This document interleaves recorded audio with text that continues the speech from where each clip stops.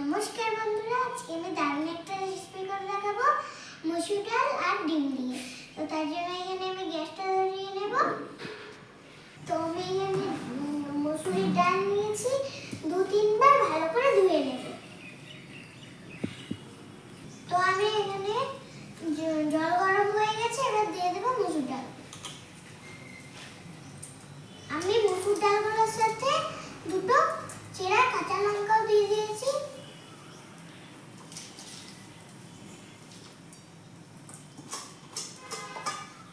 দিয়ে দেবো হলদি গুঁড়ো,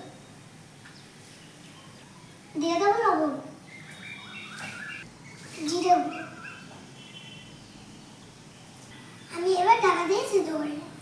তো এদিকে ডালটা হচ্ছে আর আমি ওদিকে একটা ডিম ভেজে নেব। হালকা লবণ দিয়ে দিয়েছি, দেখুন এরকম ভাবে ভেজে নিয়েছি। এবার ডালটার সাথে দিয়ে দেবো, দিয়ে দিচ্ছি।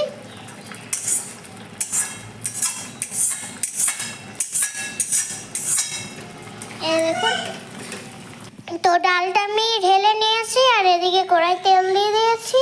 এবার দিয়ে দেবো একটা শুকনো লঙ্কা, দিয়ে দেবো রসুন কুচি, দিয়ে দেবো পেঁয়াজ কুচি আর দিয়ে দেবো জিরে। তো এবার ভেজে নেব।